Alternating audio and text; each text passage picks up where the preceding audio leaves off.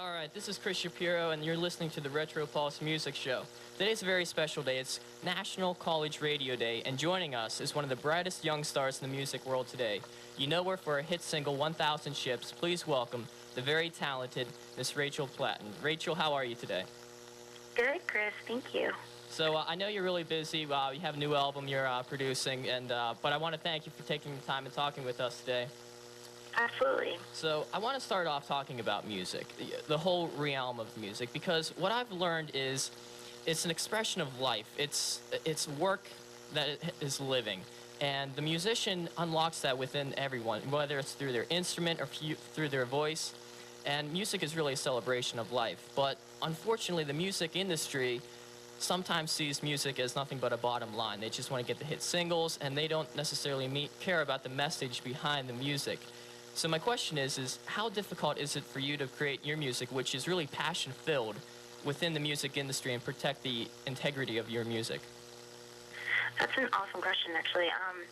I'm going through it right now. You know, it's funny that you say that because I'm making this album, and there's the desire of kind of my radio team and people who want me to have a hit single, for me to create what would fit on the top 40 format, which is kind of like, I think for the most part, although there are exceptions, good pop songs of pretty digestible, maybe trite content that we've all heard before, like Guy Hurts Girl, She's Crying About It, whatever, or like there's a couple of themes that are safe for the radio.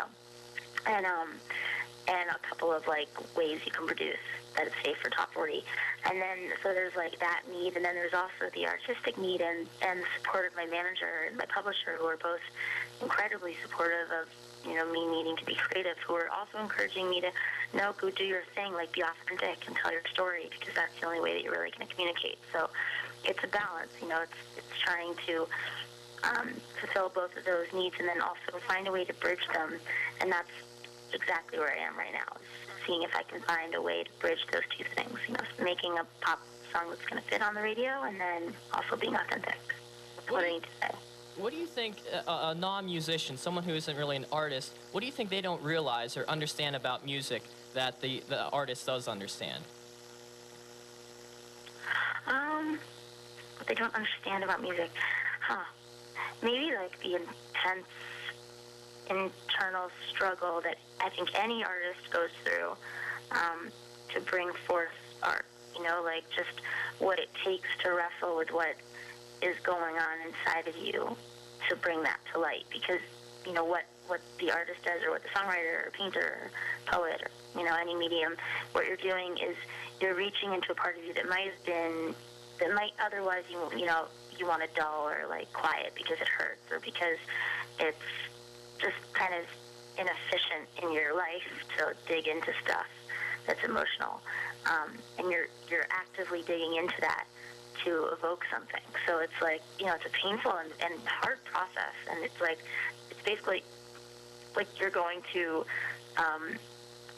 weekend retreat like for months, and you're going to therapy like all the time for months, and you're digging into things that you might otherwise have wanted to cover up on purpose to try to get them out so that you can help relate them to other people. I think like you hear these finished songs that move you and then make you feel connected, and that you maybe cry at, or that you love, or make you feel lifted up, and you're like, oh, that's incredible, and you don't think of what it takes to birth that in a way, like the labor pains in a way of what it takes to create that. And you seem like a very upbeat person. Like watching your music videos, you honestly look like you're enjoying yourself through everything that you're doing. So where do you find your inspiration, that joyfulness that you bring out in your music? Where's that come from? It's interesting because I think on my last record, a lot of it was very joyful, and it was very like, and I wasn't even in a very, although I probably was, I wasn't even in a very like happy place creating it. It was a confusing time, and I didn't have a label to support me, and it was like, I was doing it despite the lack of support from really anyone other than like a manager or something, or friends. So it was hard. It's kind of like, I think optimism in general is always a choice, and I think that like I'm not naturally although fine, I'm actually like a cheerful person. I'm dark just as much as anyone else. It's just that I don't really let myself give into that. I kind of recognize it and then do work to get out of there. So, in making my music, it's the same thing. Like, I recognize that there's dark stuff in my head, just like in everyone else's head. But instead of like dwelling in it and writing about it from that angle, I always need to kind of work through it in a way. So, the optimism in my music, I think, is rooted in like, hey, yeah, there's pain, like stuff hurts sometimes. But it's a choice to come out the other side. It's a choice to feel better. It's a choice to like be positive and be empowering about it. Mm-hmm. And I think what I find most impressive about your music is what seems to be your natural talent at playing the piano. We were just watching a live video of you playing, and you're just amazing. You're like the female Billy Joel. I can really, I tried a couple times learning how to play. I have a keyboard, and I watched YouTube videos, and it just turns out I'm like a monkey just pounding on the keyboard until I hear something that sounds halfway decent. So I'm blown away by your skill, and I was wondering, how did you get started in piano? What was that like, and how old were you when you started playing? I think I was 5. My parents got upright. My mom used to play, not particularly, like, brilliantly, but I loved when she played. She used to play.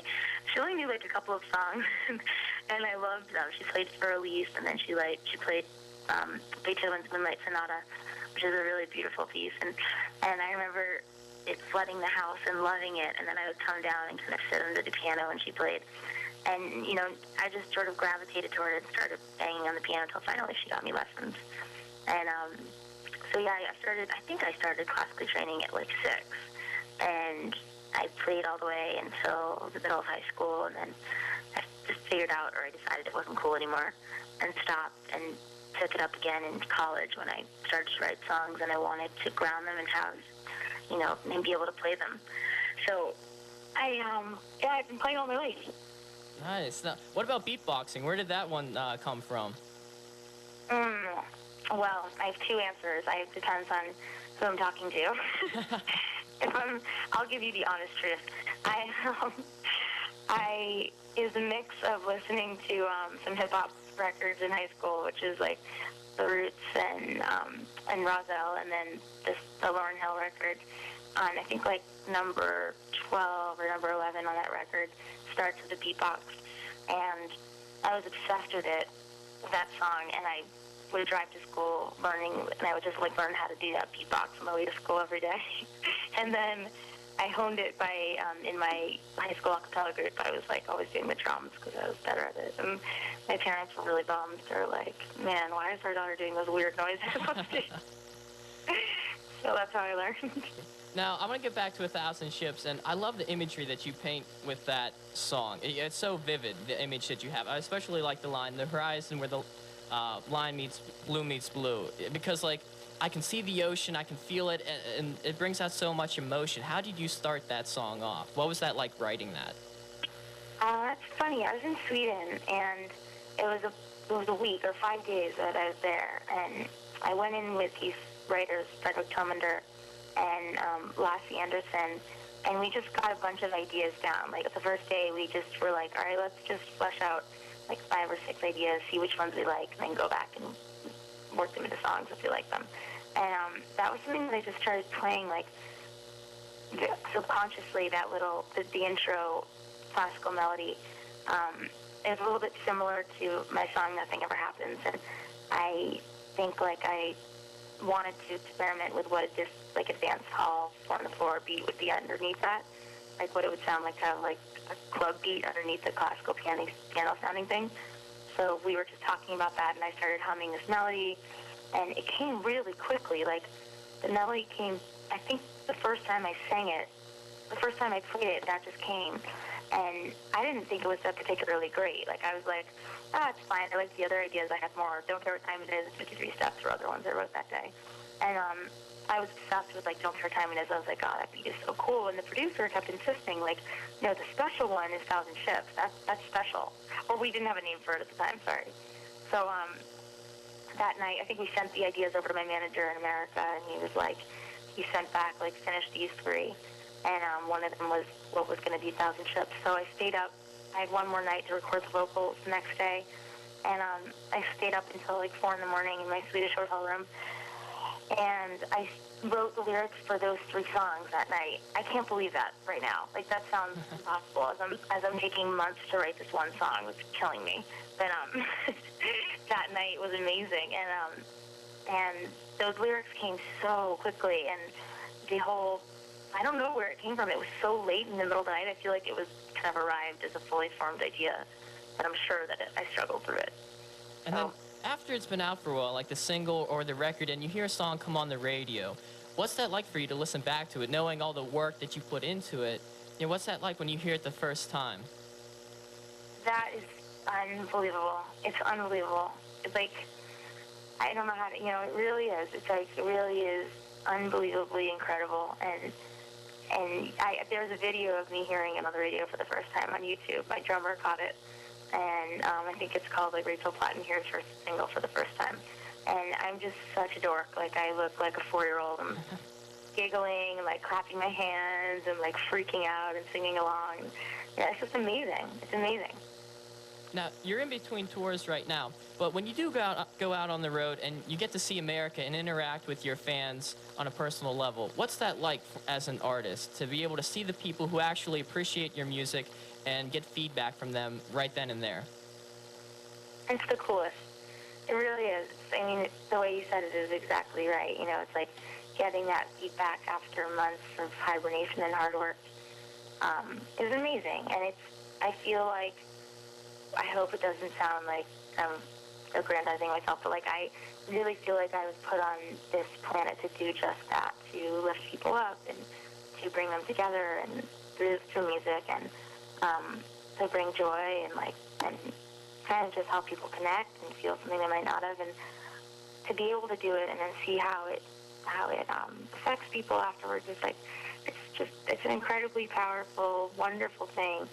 And meeting fans, especially ones that have been there for a long time, I start to recognize them in cities that I go to for a while. Like in Minneapolis or in San Diego, the crowds keep growing, but then there are still these like dedicated fans that have been there since the first shows with like 30 people. And their excitement is like so palpable, it's almost as much as mine. They're like, I can't believe there's 20 people here. And it's really cool, It's a very special thing.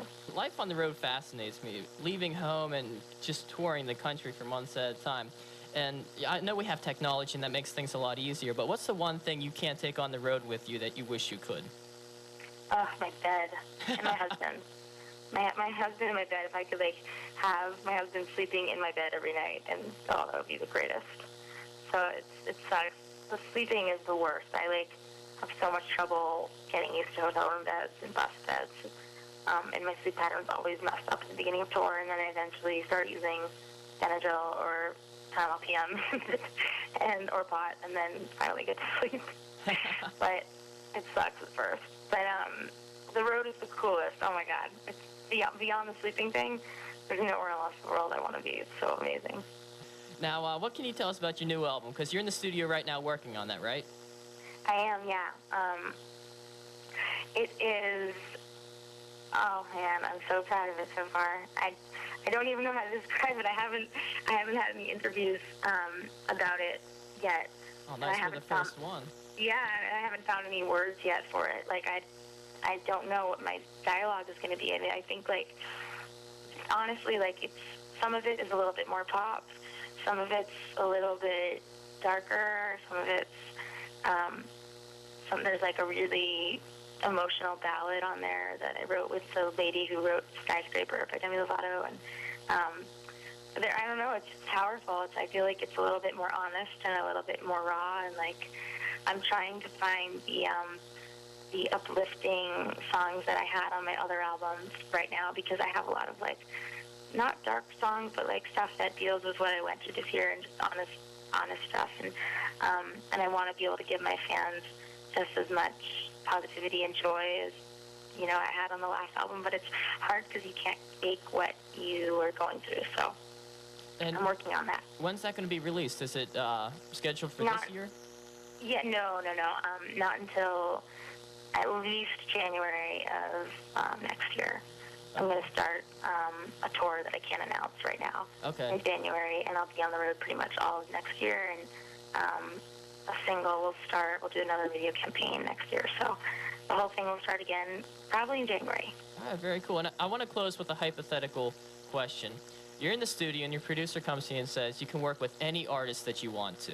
Just name it and they'll be in the studio that day to work with you, record a song. Who would you pick? Oh, Kanye West. I really, really want to, right now I'm working on getting my manager to have him rap on the song that I wrote. I'm so in love with his production. It's also, I think he's brilliant. So that's it, hands down. All right, very cool. And Rachel, thank you again for being on the show. I'm really looking forward to your new record. I think it's going to be great, and I'm going to make a prediction. I see the single going top 10, maybe number 1.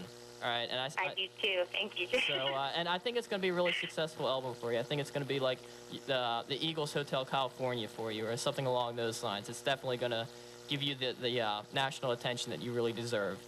Thank you so much. Thank you again, and please don't ever change how you write your music with the passion. Don't ever lose that, because we really need people in the music industry, artists who have that passion that you do. You're a true musician, and thank you for your work that you've given us. Thank you, Chris. Oh, you're so sweet. Happy National Radio Day.